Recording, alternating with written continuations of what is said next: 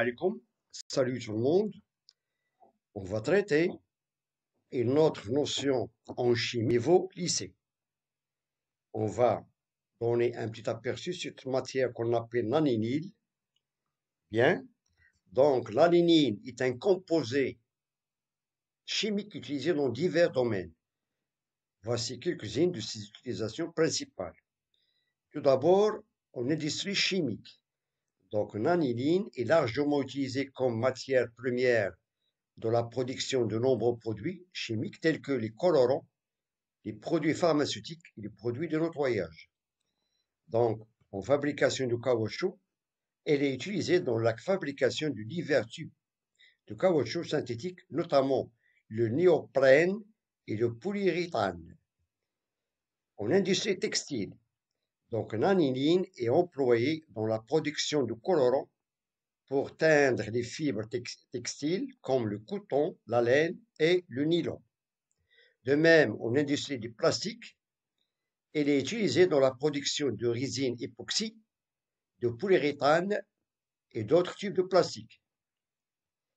En industrie pharmaceutique, l'aninine est utilisée comme matière première dans la synthèse de nombreux médicaments, notamment des analgésiques et des produits chimiothérapeutiques. Il est important de noter que l'aninine est un composé toxique et peut représenter un risque pour la santé humaine et l'environnement s'il est manipulé de manière incorrecte. Par conséquent, des précautions appropriées doivent être prises lors de son utilisation et de sa manipulation. Donc, on va traiter dans un exercice résolu une caractéristique de cette matière. Donc, l'énoncé, l'aninine réagit avec l'eau selon la réaction d'équilibre.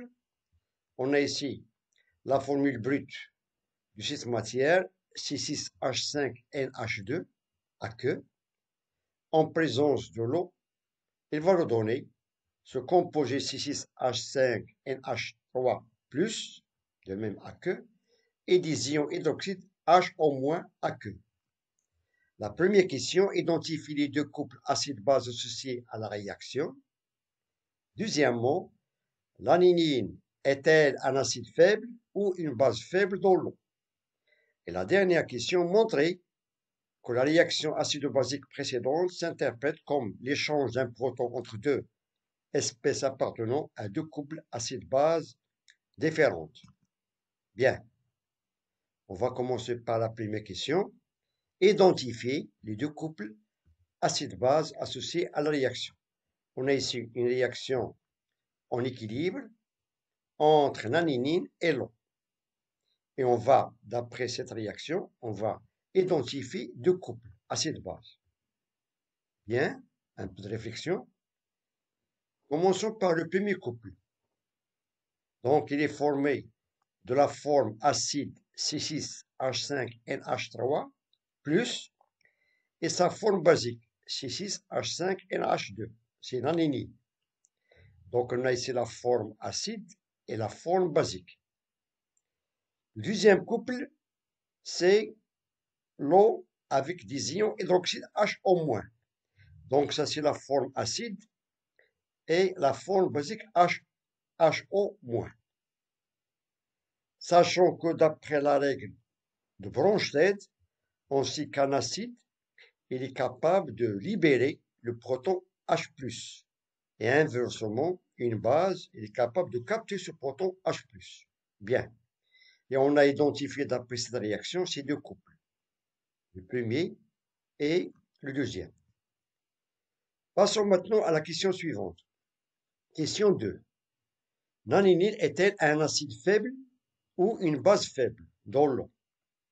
Est-ce que cette base, ou bien, pardon, cette matière, est-ce qu'il va se comporter comme une base ou bien un acide faible, ou bien inversement un acide ou bien une base forte? Toujours dans l'eau. Bien. Sachant que, d'après cette équation, on peut constater qu'on a ici double flèche. Voilà. Bien, un peu de réflexion. Donc, l'équation de la réaction est écrite avec une double flèche. Cela veut dire que on a un équilibre. Donc, on a un équilibre entre les réactifs et les produits. Donc, la réaction de l'aniline avec l'eau n'est pas totale, étant donné qu'elle est réversible. Donc, il y a un équilibre. Cela veut dire qu'on a l'anine est donc une base faible dans l'eau. S'il est une base forte, donc on va avoir une seule flèche, donc on aura une réaction qui est totale. Étant donné qu'on a un équilibre avec une double flèche, c'est une base qui est faible dans l'eau. Bien. Ça, c'est la réponse de la deuxième question. Passons maintenant à la dernière question, question 3. Montrez que la réaction acido-basique précédente s'interprète comme l'échange d'un proton entre deux espèces appartenant à deux couples acide-base différents. On a déjà mentionné dans la première question les deux couples acido-base d'après cette réaction. Bien, donc on rédige la demi-équation pour chaque couple en mettant en évidence l'échange du proton H+. Commençons par le premier couple. Voilà, on a C6H5NH3+, ça c'est la forme acide, et C6H5NH2, c'est la forme basique. Et on sait que d'après la règle de Bronsted, donc un acide, c'est une espèce chimique qui est capable de libérer le proton H+. On va respecter cet ordre. Voilà. Donc on a la réaction entre l'aniline et l'eau. Et on a ici la formule de cette matière qu'on appelle l'aniline. Cela veut dire que cette forme basique, elle va capter le proton H+, qui est libéré par cette forme acide de C6H5NH3+. Et on aura la demi-équation suivante.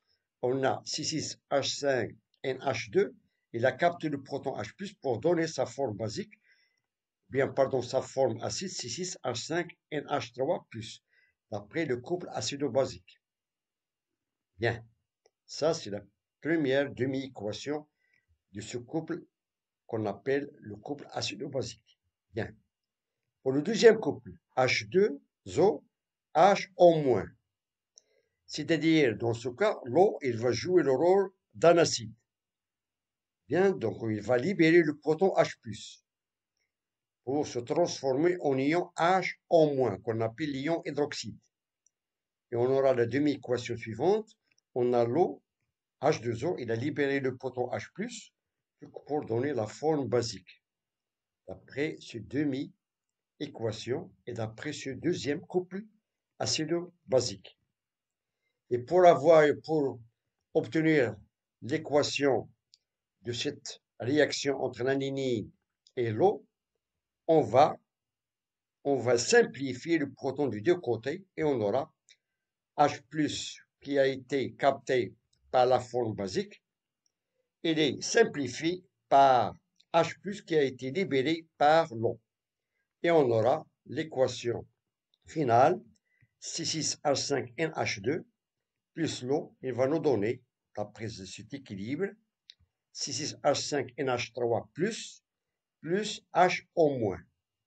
Bien, on a la réaction entre l'aniline et l'eau pour nous donner la forme acide de l'aniline avec la forme basique de l'eau. Bien. Donc, je vous remercie de votre attention. Bon courage et à très bientôt.